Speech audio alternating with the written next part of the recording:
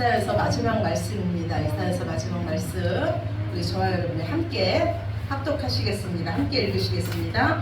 보라, 여호와께서 불에 둘러싸여 강림하시리니 그의 수레들은 회오리 바람 같으리로다. 그가 혁격한 우세로 노여움을 나타내시며 맹렬한 화염으로 책망하실 것이라. 여호와께서 불과 칼로 모든 혈육에게 심판을 베푸신즉 여호와께 죽임당할 자가 많으리니 스스로 거룩하게 구걸하며 스스로 정결하게 하고 동산에 들어가서 그 가운데 있는 자를 따라 돼지고기와 가증한 물건과 쥐를 먹는 자가 다 함께 망하리라. 여호와의 말씀이니라. 내가 그들의 행위와 사상을 아노라. 때가 이르면 문나라와 언어가 다른 민족들을 모으리니 그들이 와서 나의 영광을 볼 것이며 내가 그들 가운데에서 징조를 세워서 그들 가운데에서 도피한 자를 여러 나라 곧 다시스와 뿔과 활을 당기는 눕과 및 두발과 야왕과 또 나의 명성을 듣지도 못하고 나의 영광을 보지도 못한 먼 성들로 보내리니 그들이 나의 영광을 문나라에 전파하리라. 여호와가 말하노라. 이스라엘 자손이 예물을 깨끗한 그릇에 담아 여호와의 집에 들은같이 그들이 너희 모든 형제를 문나라에서 나의 성산 에루살렘으로 말과 수레와 교자와 노새와 낙타를 태워다가 여호와께 예물로 드릴 것이요 나는 그 가운데에서 택하여 제사장과 레위인을 삼으리라. 여호와의 말이니라. 내가 지을 새 하늘과 새 땅이 내 앞에 항상 있는 것 같이 너희 자손과 너희 이름이 항상 있으리라. 여호와의 말이니라. 여호와가 말하노라. 매월 초하루와 매 안식일에 모든 혈육이 내 앞에 나와 예배하리라. 그들이 나가서 내게 패역한 자들의 시체들을 볼 것이라. 그 벌레가 죽지 아니하며 그 불이 꺼지지 아니하여 모든 혈육에게 가증함이 되리라. 아멘. 아멘. 오늘 드디어 우리 이사야서의 마지막 시간입니다. 하나님은 이사야서를 통해서 저와 여러분에게 무슨 말씀을 하셨습니까? 장장 66장의 말씀이에요. 이사야서의 그 주제는 오직 여호와만이 우리의 구원자라는 거예요. 그래서 우리에게 하나님은 말씀하세요. 너희는 멸망으로 인도하는 넓은 문으로 갈 것이냐 아니면 생명으로 구원으로 인도하는 좁은 문으로 갈 것이냐. 이스라엘의 모든 백성들은요 하나님을 섬긴다고 하면서도 강대국을 의지했습니다. 이방의 다른 이방 신들을 섬겼어요. 열왕들이 그 이방 신들을 섬기는 그 많은 왕들의 길로 너희를 갈 것이냐 아니면 오직 하나님만을 섬기며 하나님만을 경외하는 그 길로 너희가 갈 것이냐. 하나님 오늘 우리에게 물으십니다. 이 세상에는 오직 두 길뿐이 없습니다. 중간지대는 없어요. 구원의 길 아니면 멸망의 길입니다. 그런데 이 구원의 길을 걷는 자들에게는 특징이 나타난다는 거예요. 그들의 특징은 뭐냐면 그들은 오직 하나님만을 바라보며 하나님만을 경외하며 하나님의 말씀에 떠는 자들이라는 거예요. 세상의 힘과 세상의 능력을 의지하는 것이 아니라 오직 하나님의 말씀을 의지하는 자들이며 오직 하나님의 말씀을 먹고 사는 자들이라는 거예요. 하나님은 이런 자들을 통해서 하나님 나라를 완성하십니다.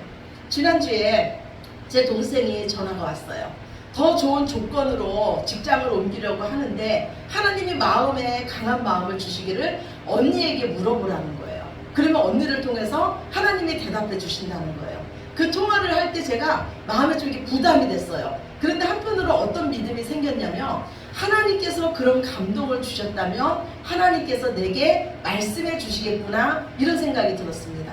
그리고 새벽에 그 매일 읽는 성경 순서대로 성경을 읽었어요. 그런데 그날 읽는 그 성경 부분이 어디였냐면 열왕기하 22장이었어요. 열왕기하 22장의 말씀은 요시야 때의 그 요시야 왕의 이야기입니다. 요시야 왕의 할아버지는 므낫세 왕이었어요. 이 므낫세 왕은요 이스라엘 남유다 왕 중에서 제일 악한 왕이었습니다. 그래서 하나님은요 이 므낫세 때 이 남유다를 심판하실 것을 결정하셨어요. 그런데 이 므낫세의 손주인 이 요시야 왕은요 하나님 보시기에 정직한 왕이었어요. 있었어요. 그래서 이 요시야 왕은요, 그 선조 왕들이 하나님의 성전을 훼손한 것을 다시 성전을 수리하기를 시작했습니다. 그런데 성전을 수리하면서 성전 안에서 뭐가 발견됐냐면 여호와의 율법책이 발견됐어요. 그래서 요시야 왕은 이 율법책을 발견한 후에 그 제사장과 이사야 선지자를 그 여선지자 훌다에게 보내면서 그래요. 이 율법책이 무엇인지, 이 율법책에 무엇이 쓰여 있는지 그 여선지자 훌다에게 물으라고 합니다. 그랬더니 하나님은요, 이 여선지자 훌다를 통해서 하나님은 말씀하기를, 내가 이 책에 기록된 대로 그 온 백성이 우상 숭배하는 이스라엘 나라를 내가 멸망할 거지만 지금 내게 나와서 묻게 한 그 요시야 왕은 평안할 것이라고, 이런 대답을 주십니다. 하나님께서 우리에게 원하시는 거는요, 우리가 하나님을 정말로 존중해 드리는 거예요. 무엇을 하든지 하나님께 묻는 삶을 하나님은 원하십니다. 하나님의 말씀이면 내가 무엇이든지 순종하겠습니다, 이런 마음을 하나님은 기뻐하세요. 이 하나님의 말씀을 들은 요시야 왕은요, 이미 유다 왕이 멸망할 것이라는 이 심판이 확정된 가운데서 종교개혁을 실시합니다. 요시야 왕은요, 온 백성을 모으고 그 백성의 귀에 하나님의 말씀을 가르치기 시작합니다. 그리고 백성에게 말하길요, 너희는 마음을 다하고 뜻을 다해서 여호와께 순종하고 그의 계명과 그의 법도와 그의 율례를 지켜서 이 책에 기록된 그 언약의 말씀을 너희는 다 지키라. 요시야 왕은 또 이 제사장들을 통해서요, 여호와의 성전에 있는 바알과 아세라 상을요 찢고 불태워버렸습니다. 하늘의 일월 성신을 섬기기 위해서 여호와 성전 앞에 있던 그 그릇들을요 다 내버리면서 불태워버렸어요. 그리고 하나님 외에 다른 것을 섬기는 제사장들을 죽였습니다. 곳곳에 세워진 산당들도 제거했습니다. 이런 요시야 왕에게 하나님은 이렇게 말씀하세요. 오늘 주보 첫 번째 말씀이에요. 열왕기하 23장 25절입니다. 열왕기하 23장 25절 함께 보시겠습니다. 요시야와 같이 마음을 다하며 뜻을 다하며 힘을 다하여 모세의 모든 율법을 따라 여호와께로 돌이킨 왕은 여호와 전에도 요시야 전에도 없었고 후에도 그와 같은 자가 없었더라. 아멘. 예. 요시야가 이렇게 하나님 앞에 정직히 행했는데도요, 결국 남유다 백성들은요 바벨론 포로로 끌려갑니다. 그렇다면 이미 심판이 확정된 후에 행한 이 요시야의 종교 개혁은요 무슨 의미가 있었을까요? 이때 요시야의 종교 개혁을 통해서요 믿음의 사람들이 일어납니다. 우리가 아는 다니엘, 에스라, 에스더, 모르드게, 스룹바벨 등이 다 이때 나와요. 이들은요 그 모든 백성들이 포로 생활을 할 때 그 백성들에게 하나님에 대한 믿음을 줍니다. 끝까지 하나님에 대한 소망을 잃지 말으라고 그 백성들을 일으켜 세우는 자들이 바로 이들이 됩니다. 그래서 실제로 이스라엘 사람들은요 포로로 끌려가 있었지만 그곳에서 굉장한 특권을 누립니다. 이방 나라의 왕들이요 이들의 삶을 보고 하나님만이 참 신이라고 고백합니다. 그리고 포로였던 다니엘과 모르드게는요 그 포로된 그 나라에서 그 나라의 총리가 됩니다. 특히 그리스의 알렉산더가요 예루살렘을 쳐들어왔을 때 제사장들이 알렉산더를 맞이하면서 성경책인 다니엘서를 보여줍니다. 그리고 말하기를 하나님께서 당신이 온 세상을 정복할 것을 이와 같이 미리 말씀해 놓으셨다고 말합니다. 이 말을 들은 알렉산더는 기뻐하면서요 자신이 정복하는 곳마다 이 유대인들을 데리고 다닙니다. 그리고 그곳에서 유대인들은 특권을 누립니다. 알렉산더가 유대인들을 데리고 다니면서 그곳에 있던 원주민들이 하나님에 대해서 알게 됩니다. 유대인들은요 10명만 모이면 회당을 짓고 그곳에서 예배를 드렸습니다. 이 예배에 많은 이방인들이 참석해서 함께 예배를 드렸어요. 그런데 이들을 뭐라고 불렀냐면 경건한 자들이라고 불렀습니다. 그런데 이들은요 하나님께 예배는 드렸지만 혈통적으로 유대인이 아니었기 때문에 이들은 생각하기를 나는 하나님께 예배는 드리지만 구원은 받지 못한다고 생각했습니다. 그런데 신약시대에 와서 사도 바울이 복음을 전합니다. 그 지역에 가서 가장 먼저 찾은 곳이 어디냐면 바로 회당이었어요. 이 회당에서 이 사도 바울의 이 복음을 가장 환영한 자가 바로 누구였냐면은 이 경건한 자들이었어요. 이방인이었어요. 왜냐하면 이 경건한 자들은 하나님께 예배를 드려도 나는 구원을 받지 못한다고 생각을 하고 있었는데, 이 사도 바울이 전한 복음의 내용은 어떤 거였냐면, 이제 예수 그리스도를 믿기만 하면 유대인이나 이방인이나 구원을 얻는데 차별이 없다는, 이 차별이 없는 복음을 사도 바울이 전했습니다. 그래서 데살로니가 교회에 보면 수많은 경건한 자들이 예수님을 믿게 되었다고 말씀하고 있습니다. 이 예수님을 믿는 이 새로운 공동체의 이 탄생의 뿌리가 어디서부터 시작되냐면 요시아의 종교개혁에서부터 시작됩니다. 요시아의 종교개혁은요, 예수님의 시대를 준비했고 이 사도들의 시대를 준비했고 지금 교회된 우리의 시대를 준비한 것입니다. 하나님은 오직 하나님을 경외하는 자, 하나님의 말씀 앞에 떠는 자를 통해서 하나님의 영광을 드러내십니다. 하나님은 일하십니다. 구약에서요, 하나님의 영광은요 오직 이스라엘 백성에게만 나타났습니다.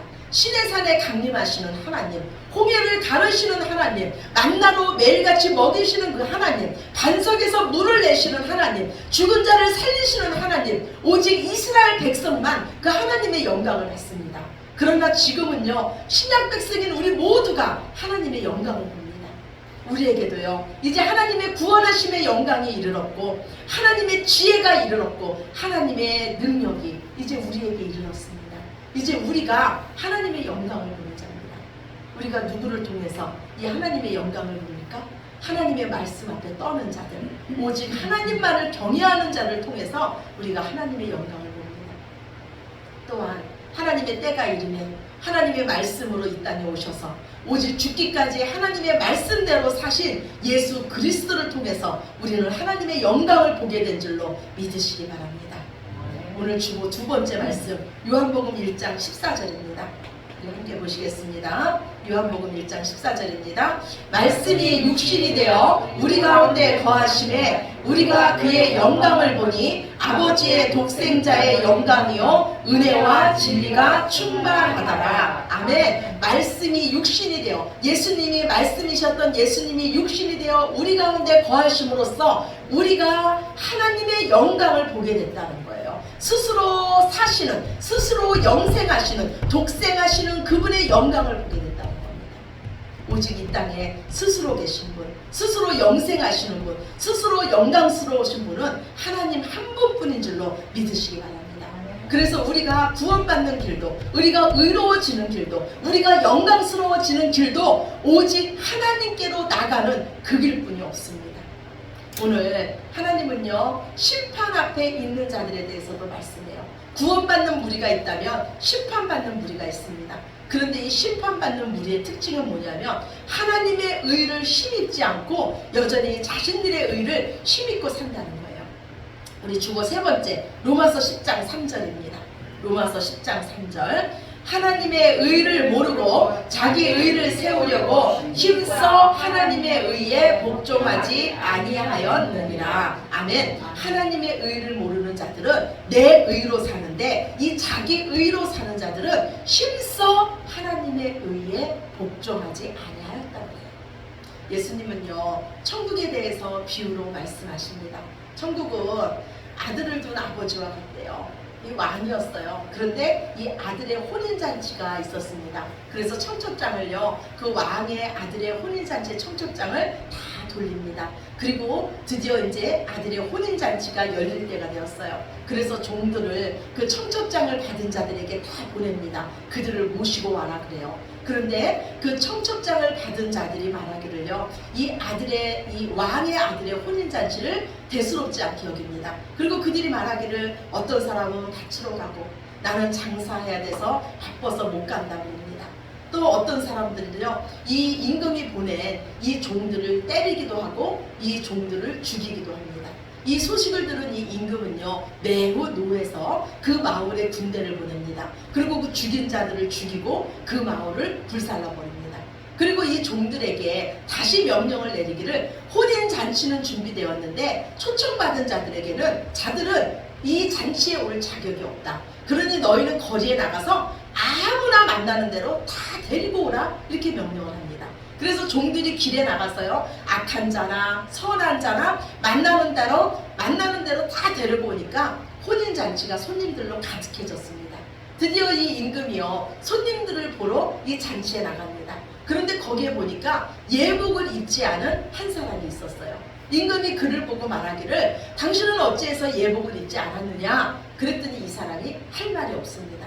임금은 또 그 종들에게 명령하기를요 이 예복을 입지 않은 이 사람의 손발을 묶어서 바깥 어두운 데 내쫓으라. 거기서 가슴을 치며 통곡할 일이 있을 거라고 합니다. 예수님은 이 천국 비유의 끝에 뭐라고 말씀하시냐면 청함을 받은 자는 많되 택함을 받은 자는 적다고 말씀합니다. 이 비유의 의미는 뭐냐면요 천국은 하나님께서 다 준비하셨습니다. 그런데 하나님의 백성으로서 제사장으로서 레위인으로서 오직 하나님께 영광을 돌려야 할 그 이스라엘 백성들은요 오히려 하나님 앞에 가증스러운 일을 했으며 하나님 앞에 우상 숭배를 했습니다. 그러면서 스스로 경건한 척하며 종교적인 우월감에 빠져 있었습니다. 이제 하나님은 이들을 버리시고 오직 하나님 말씀 앞에 떠는 자들, 오직 하나님을 경외하는 자들을 통해서 다시 천국문을 여셨습니다. 이제는 유대인뿐만이 아니라 누구든지 들어올 수 있는 천국문입니다. 그런데 이 천국문에 들어온 자의 특징은 뭐냐면 자기 옷을 입지 않는다는 거예요. 왕의 아들의 혼인잔치에 걸맞는 옷, 왕이 주신 예복을 입는다는 겁니다. 혼인잔치까지 들어와서 여전히 자기 옷을 입고 있는 자들은 땅을 치며 후회할 일이 있다고 오늘 예수님 말씀합니다. 이런 자들은 지금으로 말하면 어떤 자들이냐면 교회는 다니는데 자기 힘으로 사는 자들이에요. 교회는 다니는데 믿음으로 살지 않고 여전히 세상적인 힘으로 사는 자들이에요. 교회 다니면서 말씀대로 사는 자들이 아니라 자기 지식으로 사는 자들입니다. 우리는 하나님께서 예비하신 하나님의 어린 양이신 예수 그리스도로 옷 입은 자들입니다. 예수 그리스도로 옷 입은 자들만이 오직 하나님께서 하나님 앞에 의인이라고 인정해 주시는 줄로 믿으시기 바랍니다. 오늘 주보 네 번째 말씀이에요. 로마서 13장 14절입니다. 로마서 13장 14절 말씀 같이 봅시다. 오직 주 예수 그리스도로 옷 입고 정욕을 위하여 육신의 일을 도모하지 말라. 아멘. 우리가 오직 예수 그리스도로 옷 입으라고 말씀합니다. 이사야서의 시작은요 이사야서의 그 이스라엘의 고발로 시작됐어요. 하나님을 떠난 이스라엘 백성들의 고발로 이사야서가 시작됐습니다. 그런데 이사야서의 마지막 부분은요 하나님의 백성은 결코 없어지지 않는다는 축복으로 마무리를 짓습니다. 하나님은 패역한 이스라엘 백성 대신 저와 여러분 같은 유대인을 그 자리에 넣으셨습니다. 이제 우리가요 하나님의 제사장이며 하나님의 레위인입니다. 우리가 하나님의 성전을 섬기는 자고 우리가 하나님 나라를 섬기는 자입니다. 하나님 나라는 결코 망하지 않습니다. 하나님께서 세우신 교회도 저와 여러분은 결코 망하지 않습니다. 새하늘과 새 땅 백성인 저와 여러분의 이름이 하나님 앞에 있습니다. 이제 우리의 할 일은요 영원토록 하나님의 말씀 앞에 사는 것입니다. 오직 하나님만을 예배하는 예배자로 사는 겁니다. 우리는 하나님의 영광을 보는 자들입니다. 또한 우리는 이제 하나님 앞에 패역한 자들이 받을 그 심판을 우리의 눈으로 볼 것입니다. 우리는 그들의 시체를 보게 될 것입니다. 많은 사람들이 말하길요 죽으면 끝이라고 말합니다. 그러나 오늘 하나님은 분명히 말씀하기를 너희가 죽은 그 시체 같지만 너희 몸에 벌레가 들어갔다 나갔다 하며 너희 몸의 불이 꺼지지 않을 것이라고 말씀합니다. 예수님은요 아까 마가복음 말씀에도 거기는 구더기도 죽지 않고 불도 꺼지지 않는 곳이라고 말씀했어요. 사람마다 불로써 소금 치듯함을 당하는 곳이라고 말씀했습니다. 거기가 어디입니까? 바로 우리 몸과 우리 영혼입니다. 우리는 거기서 심판받아야 마땅할 우리의 몸과 영혼이 거기서 구원받은 것입니다. 우리가 구원받은 증거는요 우리 안에 계신 성령님입니다. 우리 안에 성령님이 계시다는 것은 우리의 모든 죄 문제가 해결됐다는 증거고 우리가 구원받았다는 표시입니다. 다윗 왕 때요 하나님의 법궤가 그 이스라엘 에루살렘 성전으로 들어올 때 다윗 왕을 비롯해서 온 백성이 기뻐했습니다. 그러나 오직 한 사람 다윗의 아내 사울의 딸 미갈만 그 일을 하찮은 일로 여기고 다윗을 업신여겼습니다. 그러자 하나님은 이 미간에게 심판하시기를 내가 아이를 낳지 못할 것이라고 심판의 말씀을 하셨습니다. 우리는요, 이 세상에서 가장 기쁜 일은요, 우리를 성전 삼으시고 우리 안에 하나님이 오셨다는 거예요. 우리 안에 계신 이 하나님으로만 기뻐하시는 저와 여러분이 되시기를 간절히 축원합니다. 모든 일에 하나님을 존중해 드리시기 바랍니다. 그래서 하나님이 받으시는 예배자, 이 성전 예배와 삶의 예배로 하나님이 받으시는 그 거룩한 예물을 하나님께 올려드리는 제사장으로서 우리의 모든 삶이 하나님께 영광이 되시기를, 우리의 구원자 되시며 우리를 통해서 영광 받으시기 합당하신 예수님 이름으로 간절히 축원합니다. 아멘. 아멘. 우리 기도드리시겠습니다. 사랑의 하나님, 감사합니다. 이사야서의 긴 여정을 주님과 함께하게 하셨으니 감사합니다. 우리로 구원의 길을 걷게 하시며 주님의 영광을 보게 하시며 성령님과 동행하게 하시며 믿음으로 살게 하시며 이 땅에서 이 구원의 자리에 우리가 들게 하셨으니 감사합니다. 오직 하나님만으로 감사하며 기뻐하며 주님을 찬양하며 오직 주의 말씀 앞에 살 수 있는 우리들 모두 되게 하여 주시옵소서. 하나님이 기뻐하시는 믿음으로 살게 하여 주시옵소서. 모든 영광 아버지께 올려드리며 사랑이 많으신 예수님 이름으로 기도드렸습니다. 아멘. 아멘.